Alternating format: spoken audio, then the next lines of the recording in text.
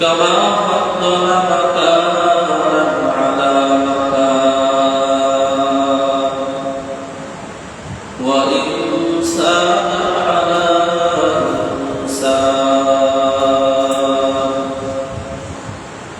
ونشهد أن لا إله إلا الله وحده لا شريك له ونشهد أن سيدنا وسندنا وحبيبنا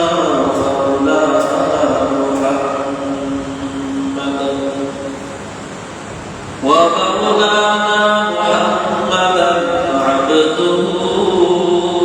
ورسوله أرسله الله تعالى بالحق بشيرا ونذيرا وداعيا إلى الله بإذنه وسراجا منيرا أما بعد فأعوذ بالله من الشيطان الرجيم بسم الله الرحمن الرحيم يا أيها الناس اتقوا ربكم الذي خلقكم من نفس واحدة وخلق منها زوجها وبث منهما رجالا كثيرا ونساء واتقوا الله الذي تساءلون به والأرحام إن الله كان عليكم رقيبا صدق الله مولانا العظيم وصدق رسوله النبي الكريم ونحن على ذلك من الشاهدين والشاكرين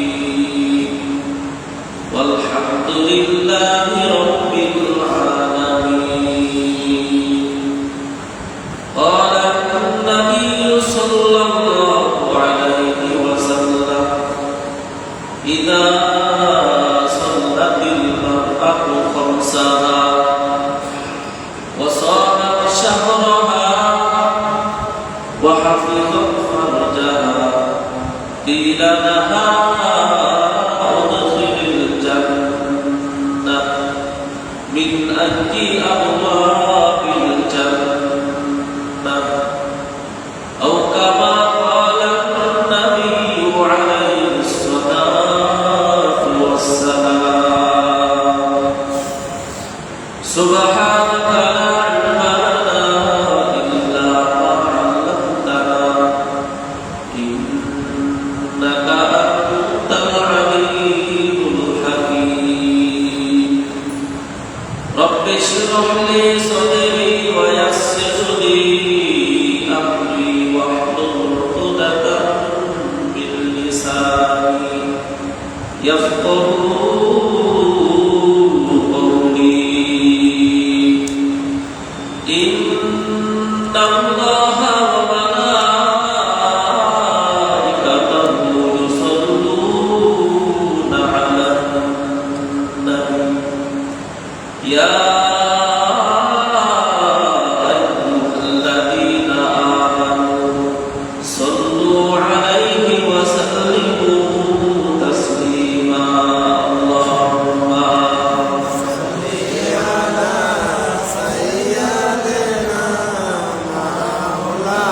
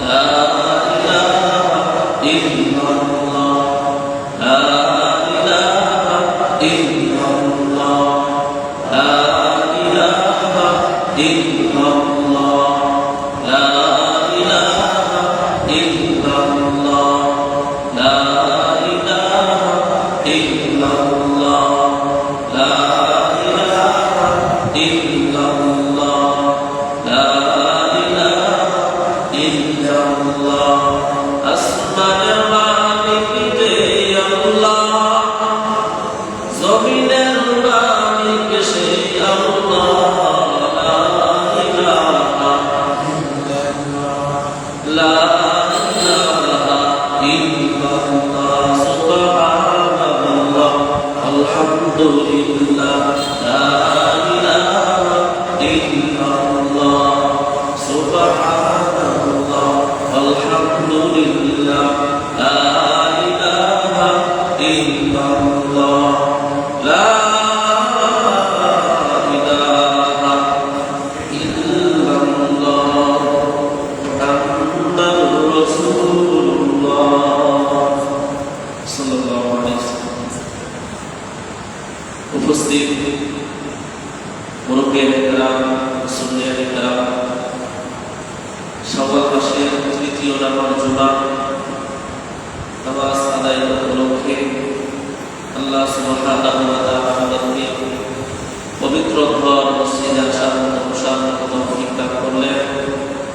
এজন্য সেই মহান রবের দরবারে আমরা সকলের দিক থেকে কালিমাত শুকর আদায় করি, বলি আলহামদুলিল্লাহ। লক্ষ কোটি সালাম ওই মুক্তিওয়ালা রমজান যার ওসিলায় মহাপ্রভু সৃষ্টি করেছেন এই সুন্দরতম পৃথিবীকে, এবং যার ওসিলায় সাহাবায়ে কেরামগণ সোনার মানুষে রূপান্তরিত হয়েছে। সেই সাহাবায়ে কেরামদের তপ্তক্ষণের বিনিময়ে আজ আমরা ইমান নিয়ে বেঁচে আছি এই সুন্দর পৃথিবীতে। মহান আল্লাহ পাক রব্বুল আলামিনের দরবারে সূরাতুন নিসার প্রথম আয়াত কারিমা তেলাওয়াত করেছি। বিশ্বনবী শেষ নবী মুহাম্মদ সাল্লাল্লাহু আলাইহি ওয়াসাল্লামের অসংখ্য অগণিত অমূল্যবান হাদিস শরীফ থেকে একটি হাদিস পাঠ করেছি। মহান আল্লাহ পাক রব্বুল আলামিনের দয়া হাদিসের আলোকে সময়ের সংক্ষিপ্ত পরিসরে আমরা কিছু কথা আমাকে বলার তৌফিক দান করেন, বলুন আমিন। আজকের আলোচ্য বিষয় নারীর মর্যাদা সম্পর্কে। আল্লাহ পাক রব্বুল আলামিন নারীদেরকে মর্যাদা দান করেছেন। মা বোনদের মর্যাদা ফজিলত নিয়ে কিছু কথা কোরআন হাদিস থেকে বলার চেষ্টা করব ইনশাআল্লাহ। এজন্য বাইরের আওয়াজ পর্যন্ত যায় প্রত্যেকটি মা, প্রত্যেকটি বোন আমরা ক্লাসের ভিতরে মনোযোগ সহকারে আসলে আলোচনা যেন শুনতে পারে, আল্লাহ তাআলা তৌফিক দান করেন। প্রথমে আমি যে আয়াত কারিমা তেলাওয়াত করেছিলাম, আল্লাহ সুবহানাহু ওয়া তাআলা নারীদের মর্যাদা সম্পর্কে এই আয়াতে বলেছেন। মহান আল্লাহ পাক রব্বুল আলামিন সূরাতুন নিসার প্রথম আয়াতে বলেন, ইয়া আইয়ুহান নাস, হে সকল। মুফাসসিরিনে কেরাম বলেন নাস এর অর্থ হচ্ছে মানুষ। এখানে পুরুষ মানুষ নির্ধারণ করা হয়নি, নির্দিষ্ট করা হয়নি। নাস নারী পুরুষ উভয়কে উল্লেখ করে এখানে আল্লাহ বলেছেন, ইয়া আইয়ুহান নাস, হে লোক সকল, হে পুরুষ হে নারী সকলকেই বলেছেন। ইয়া আইয়ুহান নাস তাকু রাব্বাকুম, হে লোক সকল তোমরা তোমাদের প্রতিপালককে ভয় করো। আল্লাযী খলাকাকুম মিন নাফসিন ওয়াহিদা, যিনি তোমাদেরকে সৃষ্টি করেছেন এক নফস থেকে, এক আদম নবী থেকে। আল্লাহ তাআলা নিজ হাতে নিজ পরিচালনায় হযরত আদম আলাইহিস সালামকে সৃষ্টি করেছিলেন। আল্লাহ তাআলা বলেন, সে আদম থেকে তোমাদেরকে সৃষ্টি করা হয়েছে। ওয়া খালাকা মিনহা যাওজাহা, আল্লাহ তাআলা সে আদম নবী থেকে তার স্ত্রী হযরত হাওয়া আলাইহিস সালামকে সৃষ্টি করলেন। আল্লাহ তাআলা বুঝাইতে চান, হে মানুষ, আমি আল্লাহকে ভয় করো। কেন? আমি আল্লাহ তোমাদেরকে সৃষ্টি করেছি শুধুমাত্র এক আদম থেকে। আদম আলাইহিস সালাম থেকে শুধু পুরুষ মানুষ সৃষ্টি হয় নাই, ওয়া খালাকা মিনহা যাওজাহা, মহিলারাও আদম আলাইহিস সালাম থেকে সৃষ্টি। হযরত আদম নবীর বাবা হলের হাড় থেকে মা হাওয়াকে সৃষ্টি করা হয়েছে। ওয়াবাসা মিনহুমা রিজালান কাসীরান ওয়া নিসা। আল্লাহ পাক রব্বুল আলামিন বলেন, সে আদম এবং হাওয়া থেকে রিজালান কাসীরা, সব পুরুষ, ওয়া নিসা, সব নারীকে সৃষ্টি করা হয়েছে। সে আদম এবং হাওয়া থেকে পৃথিবীতে যত মানুষ এসেছে সবাইকে বের করা হয়েছে। ওয়াত্তাকুল্লাহ, এই আয়াতে আল্লাহ আবার বললেন, আমি আল্লাহকে ভয় করব। কি কারণে ভয় করবা? নারীদের ব্যাপারে আমি আল্লাহকে ভয় করব। কারণ এই আয়াতে আল্লাহ তাআলা নারীকে পুরুষের সমান সম্মান দান করেছেন। নারী যে অসম্মানিত হবে, পুরুষের চাইতে যে নারীর সম্মান কম, এমনটা না। বরং ইসলাম নারীকে সম্মান দিয়েছেন 12 আনা, পুরুষের সম্মান হচ্ছে 4 আনা। অর্থাৎ যারা সমান অধিকারের নামে নারীদের সমর্থন করে যে সমান অধিকার নারী পুরুষ, এরা বরঞ্চ নারীদের সম্মান হানি করে। ইসলাম নারীকে আরো বেশি সম্মান দান করেছে।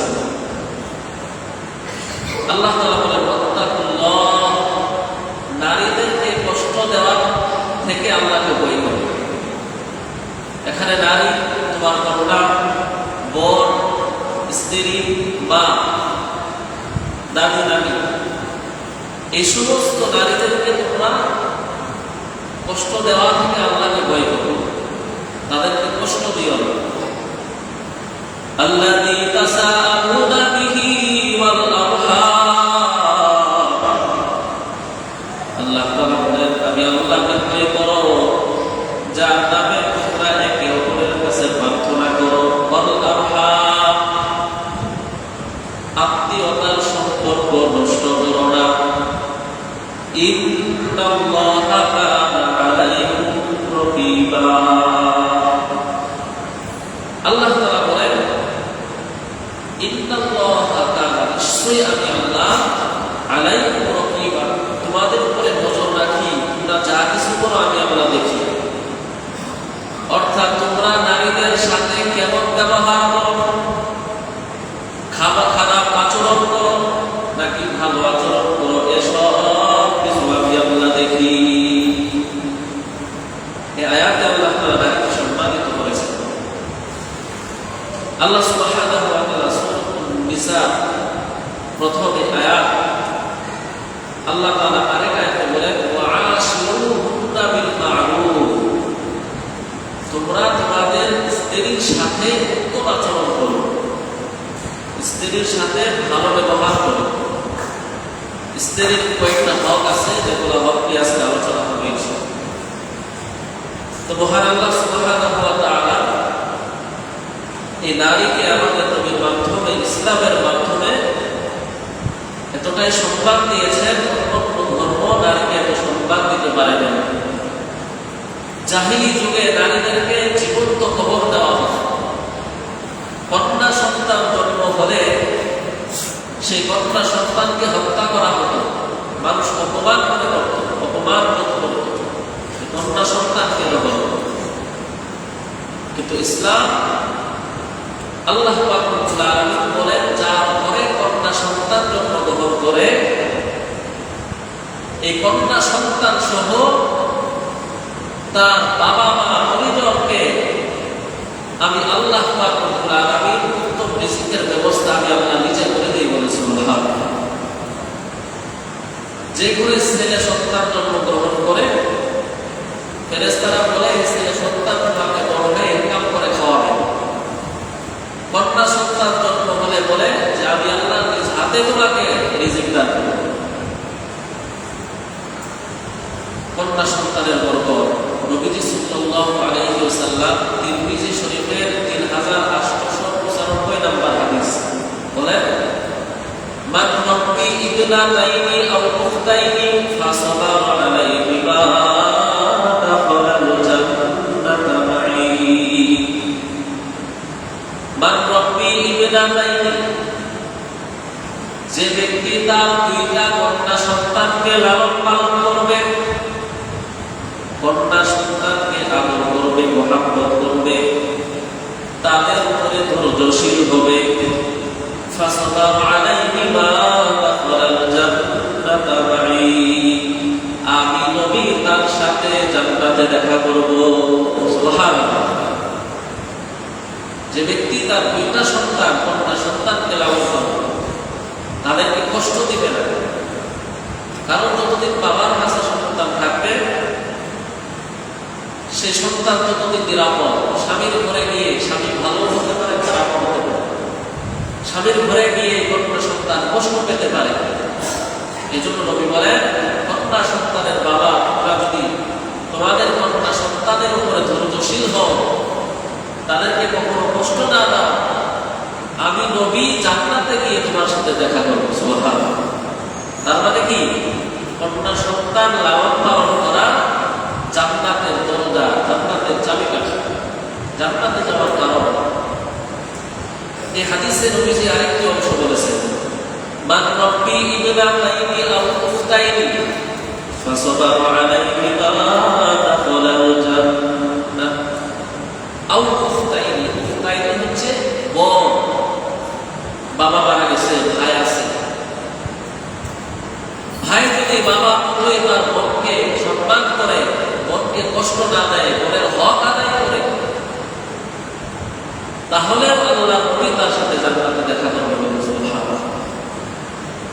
এবং বোনের সাথে যারা সদ্ব্যবহার করবে, বোনের সাথে যারা সম্পর্ক করে তুলবে, সম্পর্ক টিকিয়ে রাখবে, শুধুমাত্র ওই বোনের সাথে সুসম্পর্ক টিকিয়ে রাখার কারণে আল্লাহ সুবহানাহু ওয়া তাআলা নবী সাল্লাল্লাহু আলাইহি ওয়াসাল্লাম বলেন, এই বোনের সাথে সুসম্পর্ক রাখার কারণে এই সম্পর্কটা জাহান্নামের জন্য ঢাল স্বরূপ হবে। ভাই জাহান্নামেও যদি যেতে চায়, এই বোনের সম্পর্ক তাকে ঢাল স্বরূপ হয়ে তাকে জান্নাতে পৌঁছে দেবে। সুবহানাল্লাহ। তাহলে কন্যা হিসাবে নারীরা দামি, বোন হিসাবে নারীরা দামি, স্ত্রী হিসাবে নারীরা দামি। নবীজি সাল্লাল্লাহু আলাইহি ওয়াসাল্লাম বুখারী শরীফের 3331 নম্বর হাদিস নবীজি বলেন, খায়রুকুম খায়রুকুম লিআহলিহি, তোমাদের মধ্যে ওই ব্যক্তি উত্তম, ওই ব্যক্তি ভালো যে তার বিবির কাছে ভালো। দুনিয়ার সবার সাথে আমার ভালো সম্পর্ক, ভালো ব্যবহার, কিন্তু আমার বিবির সাথে আমার ভালো ব্যবহার নাই, আমি ভালো মানুষ হতে পারি নাই। ভালো মানুষ হওয়ার মাপকাঠি হচ্ছে বিবির সাথে ভালো আচরণ করা, ভালো ব্যবহার। আল্লাহ তাআলা আমাদেরকে তৌফিক দান করেন। বলুন আমিন। ইস্তাউসু বিন-নিসাই খায়রা, নবী সাল্লাল্লাহু আলাইহি ওয়াসাল্লাম বলেন, নারীদের সাথে উত্তম আচরণ করো, উত্তম ব্যবহার করো। খিয়ারুকুম লিন-নিসাইহিম, এই নারীদের সাথে অর্থাৎ বিবিদের সাথে যদি কোনো পুরুষের প্রতি তার বিবি সন্তুষ্ট থাকে, এমন অবস্থায় যদি কোনো স্বামী মারা যায় যে তার বিবি তার উপরে সন্তুষ্ট ছিল, এই সন্তুষ্ট থাকার কারণে আল্লাহ তাআলা তার সব গুনাহ মাফ করে দিবেন, তাকে জান্নাত দেবেন। তিরমিজি শরীফের 1162 নম্বর হাদিস নবী সাল্লাল্লাহু আলাইহি ওয়াসাল্লাম বলেন, মুমিনিনা ঈমানান, ওই সমস্ত মুমিনরা পরিপূর্ণ ঈমানদার হতে পারবে। আহসানুহুম খুলুকান, যার চরিত্র হবে, যার চরিত্র যত ভালো সে তত বেশি উত্তম মুমিন। ওয়া খিয়ারুহুম খিয়ারুল লিনিসাইহি, এবং যার স্ত্রীর সাথে যার যত বেশি ভালো সম্পর্ক সেই ব্যক্তি পরিপূর্ণ মুমিন, আসল মুমিন, ঈমানওয়ালা মুমিন। আল্লাহ রাসূল সাল্লাল্লাহু আলাইহি ওয়াসাল্লাম বলেন, দুইটি কারণে পরিপূর্ণ মুমিন হতে পারবে। এক হচ্ছে উত্তম চরিত্র, আরেকটি হচ্ছে বিবির কাছে ভালো। স্ত্রী হিসাবেও নারী বড় দামি, মা হিসাবেও নারী বড় দামি। নবী সাল্লাল্লাহু আলাইহি ওয়াসাল্লাম বলেন, আল জান্নাতু তাহতা আকদামিল উম্মাহাত, এই দুনিয়ার মানুষেরা আল জান্নাতু তাহতা আকদামিল উম্মাহাত, নারী কেমন দামি। দুনিয়ার সমস্ত সন্তানদেরকে আল্লাহর নবী বলেন, হে সন্তান, যদি তোমরা জান্নাত পেতে চাও তাহলে তোমার মায়ের পায়ের নিচে তুমি জান্নাত খুঁজো, কারণ জান্নাতকে আল্লাহ মায়ের পায়ের নিচে রেখে দিয়েছে। মাকে সেবা করে জান্নাত অর্জন করো, মায়ের সাথে ভালো ব্যবহার করে জান্নাত অর্জন করো। এজন্য মা হিসাবেও তার কোনো দাবি। কেমন দাবি? মণিমুক্তার চাইতেও নারী কোনো দামি। নারী সস্তা নয়, নারী দামি জিনিস সংরক্ষণে রাখতে হয়, দামি জিনিস হেফাজতে থাকতে হয়। যেমন আমরা পাথর দেখি, অনেক রেল লাইনে অনেকগুলো পাথর পড়ে আছে, সেই পাথরের তেমন একটা দাম নাই, কিন্তু স্বর্ণ মণিমুক্তাগুলো বেষ্টন করা কাচের ভিতরে অনেক সংরক্ষণ করে রাখা হয়। কেন?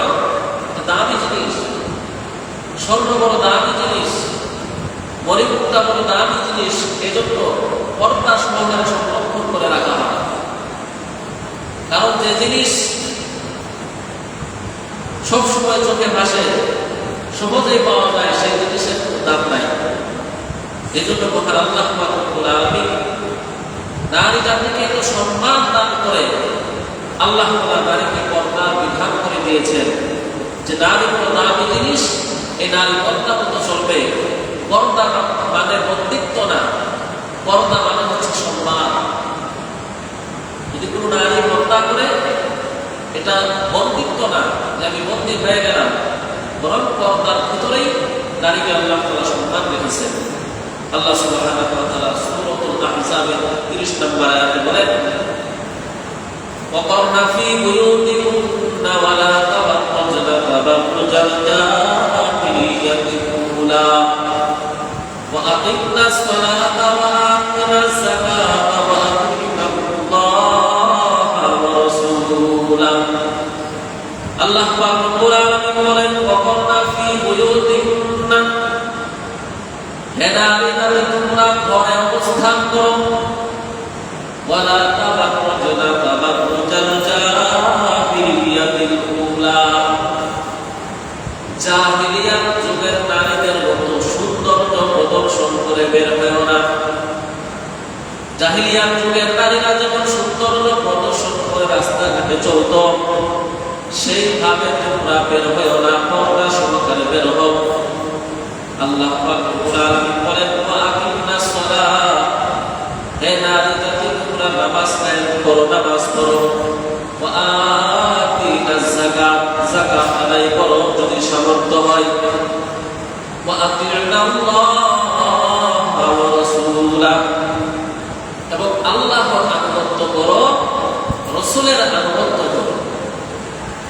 আল্লাহ পাক রব্বুল আলামিন কোন আয়াতে বলেন, ইয়া আইয়ুহান নাবিয়্যু কুল লিআজওয়াজিকা ওয়া বানাতিকা ওয়া নিসাইল মুমিনিন।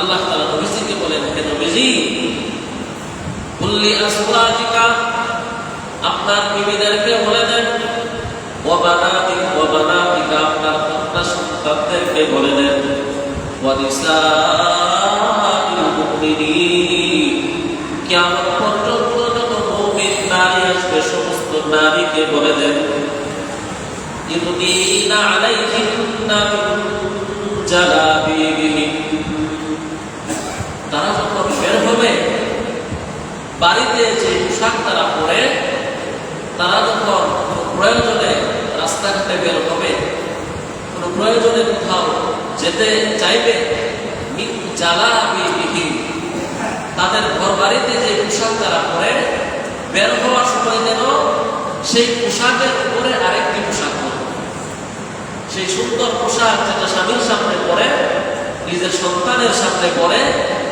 যখন অপর পুরুষ মানুষের সামনে যাবে সেই সুন্দর পোশাকের উপরে যেন আরেকটা পর্দা টেনে দেয়, মিন জালাবিবিহিন, আরেকটি পর্দা দেয়, পোশাক দেয়, বোরকা পরে। এখানে বোরকার কথা বলা হয়েছে কারণ সুন্দর পোশাক নারীর আরো সৌন্দর্য বৃদ্ধি করে। এই সুন্দর পোশাকের উপরে আরেকটি পোশাক পরে যেন নারীরা বের হয়, এই নবী আপনি এটা বলে দেন যালিকা আদনা আইয়ুরফনা ফালা ইউযাইন, তারা যেন সম্মানিত নারী হিসাবে পরিচয় পায়। আল্লাহ তাআলা বলেন তারা যদি পর্দা করে রাস্তা দিয়ে বের হয়, এই রাস্তাঘাটেও তারা সম্মান পাবে। কোন বকাটে ছেলে, বকাটে যুবক তাদের থেকে হ্যায়মতিপূর্ণ হয়রানিমূলক কটূক্তিমূলক কথা বলবে না, বদ নজরে তাকাবে না। ফালা ইউযাইন, কোন পুরুষ তাকে কটূক্তিমূলক কথা বলবে না, বরঞ্চ তাকে আরো সম্মান করবে। আল্লাহ তাআলা বলেন ওয়াকানাল্লাহু গফুরুর রহিমা, নিশ্চয়ই আল্লাহ তাআলা ক্ষমাশীল এবং অতি দয়ালু। তাহলে দুইটি আয়াতে আমরা নারী মা বোনদের পর্দা সম্পর্কে জানতে পারলাম। প্রথম আয়াত হাদিসে আমরা জানতে পারছি মা বোনদের সম্মান। একটা কন্যা সন্তান জন্ম থেকে নিয়ে মৃত্যু পর্যন্ত কেমন সম্মান আল্লাহ তাআলা দান করেছেন। যখন কন্যা সন্তান জন্মগ্রহণ করে বিবাহের আগ পর্যন্ত তার বাবা এই কন্যা সন্তানকে বডিগার্ড হিসাবে তাকে সবসময় নজরে রাখে যাতে কন্যা সন্তানের ক্ষতি না হয়। বাবা যদি মারা যায়, এই কন্যা সন্তানের দায়িত্ব বড় ভাই দেখে যে আমার বোনের যেন ক্ষতি না হয়, ইজ্জতের কোনো মান সম্মান যেন হানি না হয়, বড় ভাই বডিগার্ড হিসাবে থাকে। বিবাহের পর স্বামী তার বডিগার্ড হিসাবে থাকে এবং মৃত্যু বয়সে তার সন্তান তার বডিগার্ড হিসাবে থাকে। কেমন সম্মান এই নারীকে আল্লাহ তাআলা দান করেছেন। আল্লাহ রাসূল সাল্লাল্লাহু আলাইহি ওয়াসাল্লাম বলেন যে চার বিশিষ্ট নারী জান্নাতে যাবে, জান্নাতের দরজাগুলো তাদেরকে ডাকতে থাকবে, বলেন সুবহানাল্লাহ। ইযা সাল্লাতিল মারআতু খামসাহা, যে সমস্ত নারী পাঁচ ওয়াক্ত নামাজ সঠিকভাবে আদায় করবে, ওয়াসামাত শাহরাহা, রমজান মাসে রোজাগুলো রাখবে, ওয়াহাফিজাত ফারজাহা, এবং তার সম্মান হেফাজত করবে, লজ্জাস্থান হেফাজত করবে,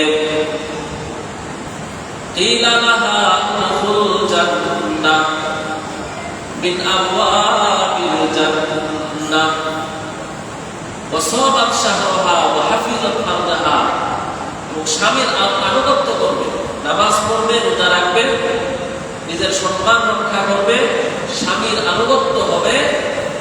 কিলা লাহা, কিয়ামতের ময়দানে তাদেরকে ডাকা হবে যে উদখুলিল জান্নাতা মিন আবওয়াবিল জান্নাহ, যে তোমরা যাও জান্নাতের আটটি দরজার যে কোনো একটা দিয়ে তোমরা প্রবেশ করতে থাকো, বলেন সুবহানাল্লাহ। এজন্য মা বোনরা সম্মানিত। স্বামীর প্রতি স্ত্রীর, স্ত্রীর প্রতি স্বামীর আটটি হক রয়েছে। বিবাহের পর এই স্বামীর আটটি হক রয়েছে স্ত্রীর প্রতি, এই হকগুলো আদায় করা।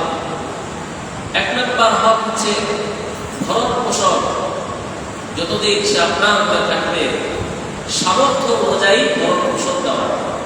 খাবার দাবার, পোশাক তিনি পরিবেশে করা, এই গরম পোষণ দেওয়াটা এটা হচ্ছে স্বামীর হক। দ্বিতীয় নাম্বার হচ্ছে মহারানা, এটা স্ত্রীর হক, মহারানা আদায় করা। আমরা যে ঋণ করি না, ঋণ গ্রহণ করি, ঋণ নিলে যেমন তাকে দেওয়া ফরজ, তেমনি ভাবে স্ত্রীর মহারানা যতটুকু নির্ধারণ করা হয় এটা স্ত্রীর হাতে দেওয়াটাও ফরজ, এটা একটা ঋণ। যদি কোনো স্বামী মহারানা আদায় না করে এবং এই অবস্থায় সে মারা যায়, আর স্ত্রী যদি তাকে ক্ষমা না করে, হাসরের ময়দানে এই স্ত্রীর ঋণ পরিশোধ করতে হবে স্বামীকে। এই জন্য বর্তমান সমাজে অনেক মহারানা নির্ধারণ করি, মহারানা নির্ধারণ করা হয় এখন যে যদি ডিভোর্স দেওয়া হয় তাহলে বেশি করে মহারানা ধরলে ডিভোর্স হবে না, হইলেও তার অনেক ক্ষতি হয়ে যাবে, এই জন্য মহারানা নির্ধারণ করা হয়। কিন্তু বাস্তবিকভাবে মহারানা সম্পূর্ণ আদায় করা হয়নি। এই জন্য মহারানা এটা হচ্ছে স্ত্রীর হক, অবশ্যই অবশ্যই আদায় করতে হবে। তৃতীয় নাম্বার হক হচ্ছে স্ত্রীর সাথে সদাচরণ করা, ভালো ব্যবহার করা। পূর্ববর্তী হাদিসে আমরা শুনেছি সদাচরণ করতে হবে। 4 নাম্বার হক নিরাপত্তা, স্ত্রীর নিরাপত্তা দিতে হবে আপনাকে। সুন্দর ঘর যেখানে তার কোনো সমস্যা হবে না, এমন ভাবে নিরাপত্তা স্ত্রীকে দিতে হবে, এটা হচ্ছে স্বামীর হক। 5 নাম্বার হক হচ্ছে ন্যায় বিচার করা। একটা ফ্যামিলিতে থাকলে মা থাকে, বোন থাকে, অনেকেই থাকে, এর মধ্যে মাঝে মাঝে কথা কাটাকাটি হয়, এর মধ্যেও স্ত্রীর প্রতি ন্যায় বিচার করা, যতটুকু দোষ তাকে ততটুকু শাসন করা, বুঝানো, তার উপরে জুলুম না করা ও বিচার না করা, ন্যায় বিচার করাটাও স্বামীর হক।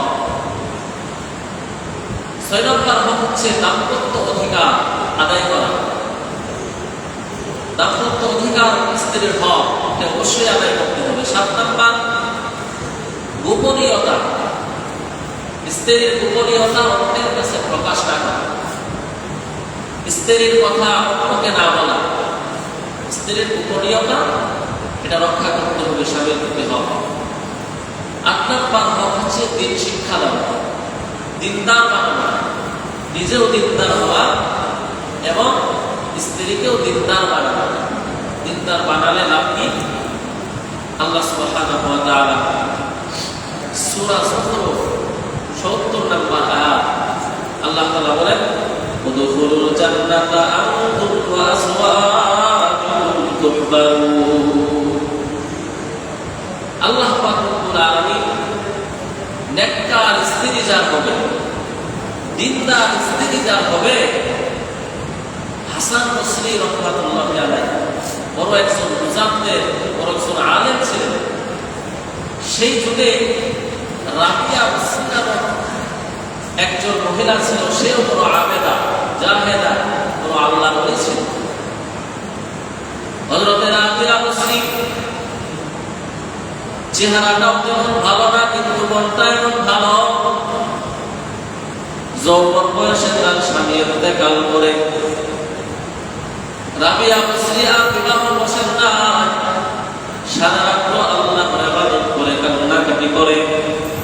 টাকা নাই, পয়সা নাই, গরিব, চেহারাটাও ভালো না, কিন্তু সেই যুগে বড় একজন ধনী ব্যক্তি, বড় বুজুর্গ হযরত হাসান বসরি রাহমাতুল্লাহি আলাইহি রাবিয়াকে বৃদ্ধ বয়সে বিবাহের জন্য পয়গাম নিয়ে গেলেন। পর্দার আড়ালে এসে সালাম দেন, হে রাবিয়া বসরি, তুমি তো একা একা জীবন যাপন করো, আমি বিবাহের পয়গাম নিয়ে তোমার কাছে এসেছি।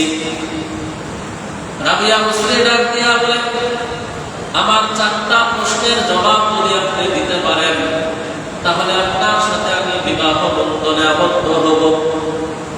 তখন রাবিয়া বসরি প্রশ্ন করে, হে হাসান বসরি, আমার প্রথম প্রশ্ন হলো, আখিরাতে সমস্ত মানুষ 2 দলে বিভক্ত হয়ে যাবে, ফারিকুন ফিল জান্নাতি ওয়া ফারিকুন সাঈর, একদল হবে জান্নাতি আর একদল হবে জাহান্নামী। হে হাসান বসরি, তুমি যদি আমার প্রশ্নের জবাব দিতে পারো যে আমি বাম হাতে আমলনামাটা সোজাসুজি বাম হাতে দেওয়া হবে না, আল্লাহ পাক রব্বুল আলামিন বলবেন নাফরমানের হাতটা কলিজা দিয়ে ছিদ্র করে পেছন দিক দিয়ে বের করে তার কথা আমলগুলো বাম হাতে দিয়ে দাও। বিয়া মুসলিদার আগে একটা পথ পাড়ি দিতে হবে, নিচে থাকবে জাহান্নামের আগুন। ওই পুলসিরাতের পথ চুলের চাইতেও চিকুন, হীরার চাইতেও দাম। বড় সুন্দর একজন মানুষ চাইলে অনেক সুন্দর একটা মেয়ে তুমি বিবাহ করতে পারো। ও হাসান, আমার মতো বৃদ্ধ মানুষ, বৃদ্ধা মানুষ, কালো মানুষ, গরিব মানুষ কেন বিবাহের ভয়ে গাম দিয়েছ? হাসান বিবির হাত ধরে হাসতে হাসতে জান্নাতে চলে যা।